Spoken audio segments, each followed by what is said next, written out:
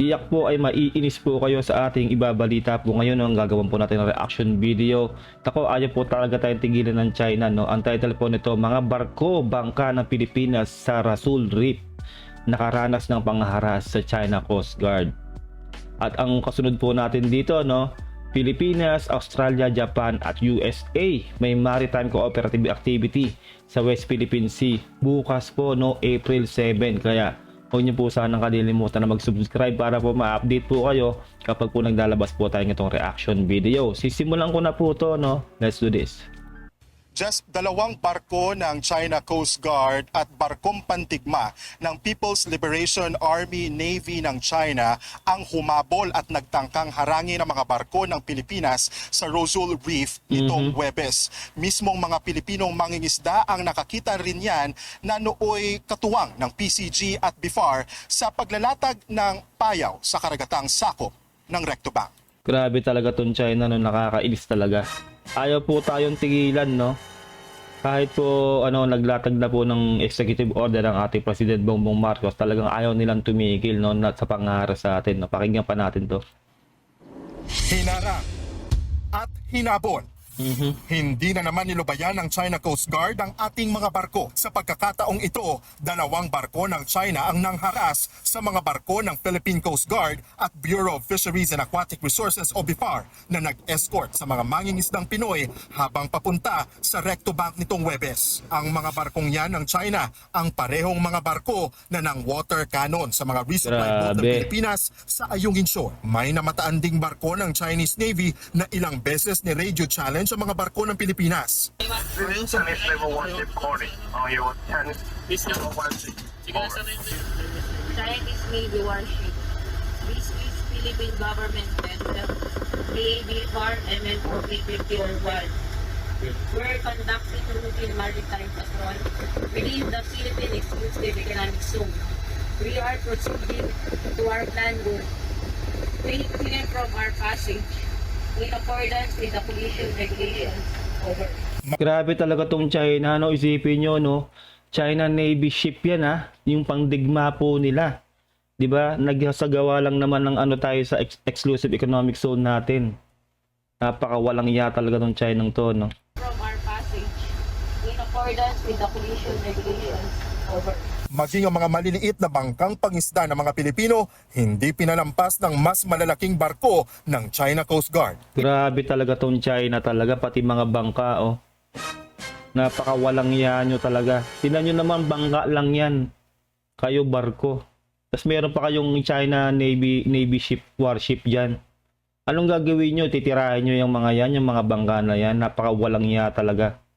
Dapat to talaga maturuan na to ng leksyon tong China na to, eh. Ilang beses nagsagawa ng dangerous maneuver o delikadong pagmaniobra mga barko ng China sa mga Pilipinong mangingisda. Sa kuha naman ng drone na ito, hinabol pa ng Chinese vessel ang dalawa nating bangka. Ayon sa PCG, tinangkaring bombahin ng tubig ng mga barko ng China ang mga Pilipinong mangingisda. Grabe, no, pati yung mga mangingisda na nakabangka lang. Pinagbalakan pa nilang i-water cannon. Napakahayop talaga ng mga to. Well, yung susunod po nating ibabalita dito, yung kadugtong po nito, no, ayun na nga, magsasagawa po ng ang US, Japan, Australia, saka US po, no, ng bukas po April 7. Susunod po natin to dito yon, no. Pero pakinggan pa natin to. Sa kabila ng mga panghaharas, matagumpay pa rin nailagay ng mga mangingisdang Pinoy ang nasa 10 payaw sa Rasul Reef na bahagi ng Recto Bank. Sagana sa yamang dagat ang bahaging ito ng ating karagatan, na kilalang traditional fishing ground ng mga mangingisda mula Palawan at Mindoro. Nagsisilbing artipisyal na tahanan ng mga isda ang mga payaw.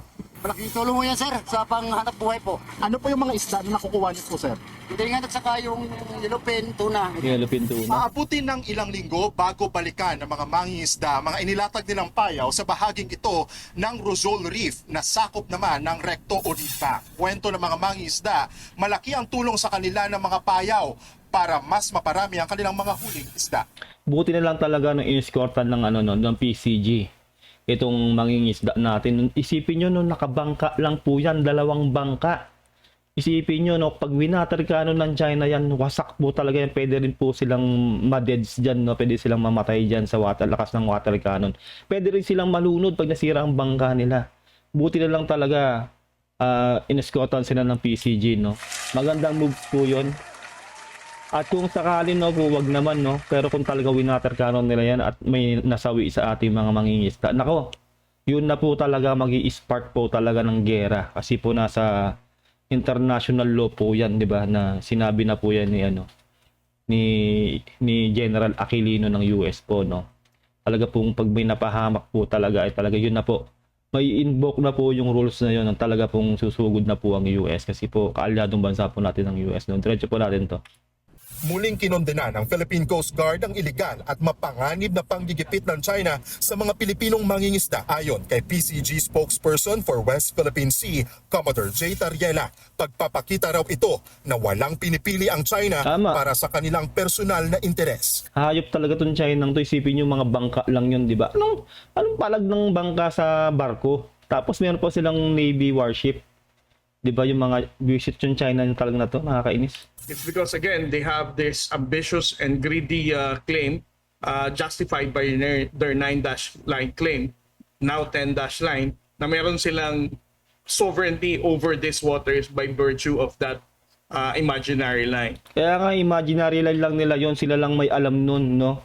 Talagang tong China to lahat gagawin para makapasakop lang ng teritoryo natin sa Pilipinas, nakakainis. Pero kailan nga ba tatapatan ng Pilipinas ang ginagawa ng China sa ating mga teritoryo? Lalo't apektado na ang kaligtasan ng mga Pilipinong mangingisda. Ayon kay Tariela, susundin nila kung ano ang direktiba ni Pangulong Bongbong Tama. Marcos. Dapat talaga sundin ng mga utos ni ni President Bongbong kasi po, no, mas maganda po talaga na legal lang lahat, no, sa international law. Doon kakanain yan ni President Bongbong yan. Dahil po, 'di ba, mas maganda po yung nasa legal po eh. Kaya nga ngayon po, no, magpupulong-pulong na po yung malalakas sa bansa na yung kasama po ang Pilipinas dahil po diyan sa confrontation po diyan sa West Philippine Sea dahil sa pamubuli ng China. Kaya po mas maganda po yon kaysa po makipaglaban po tayo ng pisikalan diyan sa China, no. Mas maganda po talaga nasa legal tayo para po talagang hindi po mananalo po talaga ang China sa atin. Jess, mabuti na lang at walang Pilipinong mangingisda na nasaktan sa panibagong insidente Tama. sa pagitan ng Pilipinas at China. Pero siniguro ng PCG na mas palalawakin pa nila ang pagpapatrolya sa malaking bahagi ng West Philippine Sea, maging yung dagdag na mga payaw o mga fishing device na makakatulong naman para sa mga Pilipinong mangingisda. Balik sa iyo, Jess. Ayun na nga po, no, dito na po tayo sa susunod nating ibabalita dito po sa Philippines, Australia, Japan at US. May maritime cooperative activity sa West Philippine Sea bukas po, no, April 7. Pakinggan na po natin to. Kasunod ng mga panibagong panghaharas ng China sa ating mga barko, pinakahuli nga ang pagbuntot at pagharang ng China Coast Guard sa ating mga barko at bangka sa Rosal Reef. Mas paitingin pa ng Pilipinas ang maritime cooperation nito sa mga kaalyado nating bansa. Ayos. Bukas, April 7, magsasagawa ng maritime cooperative activity ang Pilipinas kasama ang Australia, Japan at Amerika sa ating exclusive economic zone. Oh, ngayon China, ngayon kayo magpakita diyan. Bukas April 7. Sobrang nakaka-excite po to, no. Malalaman po natin talaga dito kung matigas po talaga yung China na yan, no. Kasi po maglalayag po ang Pilipinas, Australia, Japan at USA po diyan, no. Sige, ilabas nyo yung warship nyo, China. Tulad ng ginawa nyo rin sa dalawang bangka. Saka doon sa PCG. Ha? Tingnan natin, sige, magpakita kayo. Bukas malalaman yan talaga kung talagang hindi kayo ampaw, no. Ito na talaga. Sobrang sobrang nakaka-excite po to, no. Dahil po malalaman po talaga natin dito kung talagang matikas po talaga ang China. Kasi po marami na pong bansa po talagang nag-back up po sa atin, no. Tulad dito, no. Magkakaroon ng bukas sa West Philippine Sea. Itong 4 na bansa na to, no. Diretso natin. Sa isang joint statement, sinabi ng mga defense chief ng 4 na bansa na ang gagawing maritime activity ay bilang suporta sa malaya at bukas na Indo-Pacific region. Yes. Paraan din daw ito para mapagtibay ang karapatang makapaglayag ng malaya at magkaroon ng respeto sa ating maritime rights sa ilalim ng United Nations Convention on the Law of the Sea o UNCLOS. Yun nga yung hindi ginagalang nire-respeto ng China, yung UNCLOS na yan eh. 'Di ba? Sinabi na nga 'di ba, malayang paglalayag. 'Di ba? Samantalang tayo hindi tayo malayang makapaglayag diyan dahil sa pambubuli nga ng China. Isipin niyo yung latest lang kanina no na tinalakay natin. 2 bangka, isipin niyo. 'Di ba? Hinahabol pa ng ng barko ng China. Tapos meron pa silang Navy warship. 'Di ba? Ano gagawin ng Navy warship doon sa mga bangka? Isipin niyo 'yun. 'Di ba? Panggera nila yun na yun eh. Bakit meron ganun sila na inaharas sila yung 2 bangka na yun? Sobra po sobra na po talaga tong China no. Dapat po kalusin na po talaga to. Kaya China, hinahamon namin kayo no. Sige, magpakita kayo bukas diyan sa maritime activity sa West Philippine Sea ng Pilipinas, Australia, Japan at US. Tingnan natin kung uubra ka talaga.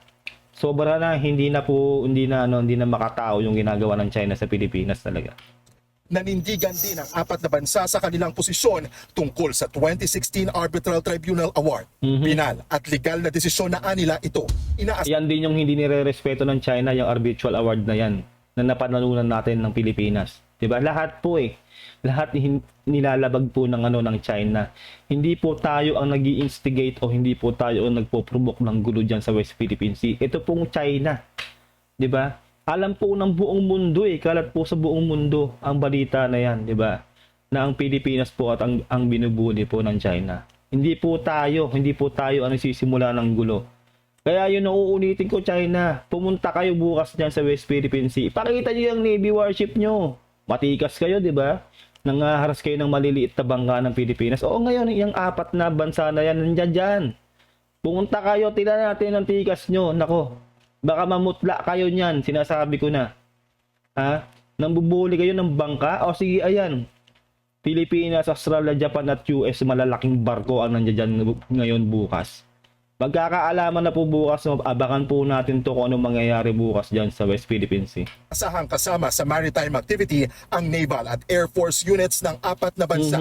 Kabilang ang 2 barko ng Pilipinas na BRP Gregorio del Pilar at BRP Ramon Alcaraz. Yes. Ide-deploy naman ng Amerika ang kanilang USS Mobile. Ang Australia, ipapadala ang kanilang HMAS Warramunga, habang ang Japan, ide-deploy naman ang kanilang destroyer ship na JS Akebono. Destroyer ship, grabe. Diba? Naval and daw diba? Pati po eroplano na magdi-deploy din pala para siguro tingnan yung mga pang mangyayari para na rin sa security siguro yon. Isipin nyo, ayan Sige na. Sige na, palag-palag na China. Bukas talaga aabangan namin yan kung anong mangyayari. Pag kayo ay nandiyan dyan talagang, sige na, matikas na kayo pag ganun, Pero tingnan natin talaga. Kasi ang inaano nyo lang kasi yung maliliit na bangka namin Yung Onay siya may na sinira nyo pa di ba? O ngayon, magkakaalaman yan bukas, 4 na bansa na yan. Samantala, nagsagawa naman ng military talk ang China at Amerika sa Honolulu, Hawaii. Sa ulat ng Reuters na pag-usapan kung paano makapagsasagawa ng ligtas na military operation ang 2 bansa sa South China Sea. Binalikan ang mga nakalipas na insidente at tinalakay kung paano mapapanatili ang kaligtasan at pagiging profesional sa karagatan. Nakikipag-usap na yung China sa US. Natatakot na ba kayo? Di ba? Yan kasi ang problema di ba? Masyado kayong bully. Yung ngayon, nandiyan na. Di ba? Hindi lang naman US ang yun dyan Maraming bansa, Japan, India, nandiyan na rin India. Australia, doon nakikiko-operate na rin. Di ba? Malamang yung South Korea rin, malapit na rin yan na magkaroon ng dyan. Tapos may balikatan exercise pa, di ba? Yung US saka yung Pilipinas. Magpakita kayo na magpakita dyan. Hindi yung puro bangka lang ng Pilipinas yung binubuli nyo, yung winamatarkanon nyo, yung inaharas-haras nyo. Diba? Pakita nyo kung sino kayo, China. Bago ang military talk, nakausap daw ni US President Joe Biden sa telepono si Chinese President Xi Jinping noong Martes at napag-usapan kung paano maayos ang tensyon sa South China Sea.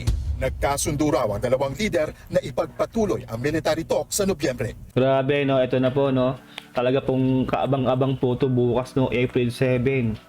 Ito pong mangyayaring cooperative activity sa West Philippine Sea ng Pilipinas, Australia, Japan at USA.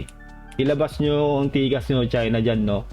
Para naman mag-aalaman na, kasi talagang nakakainis na kayo, sobrang banas na kami sa inyo dahil sa panghaharas nyo sa aming maniliit na bangka dyan sa West Philippine Sea. Kumbaga nasa teritoryo yung naglalayag yung aming mga mangingisda pero hinaharas nyo. Teritoryo po yan ng Pilipinas, hindi po yan lumalagpas doon. Pero ganun ang ginagawa nyo.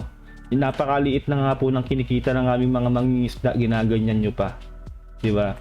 Yun lang po, no? Sana po nagustuhan nyo po ang ating reaction video. Huwag nyo sanang kadilimutan na mag-subscribe po sa aking channel para ma-update po kayo kapag naglalabas ako ng ganitong video. Ingat po kayo lahat. God bless and peace out. Bye.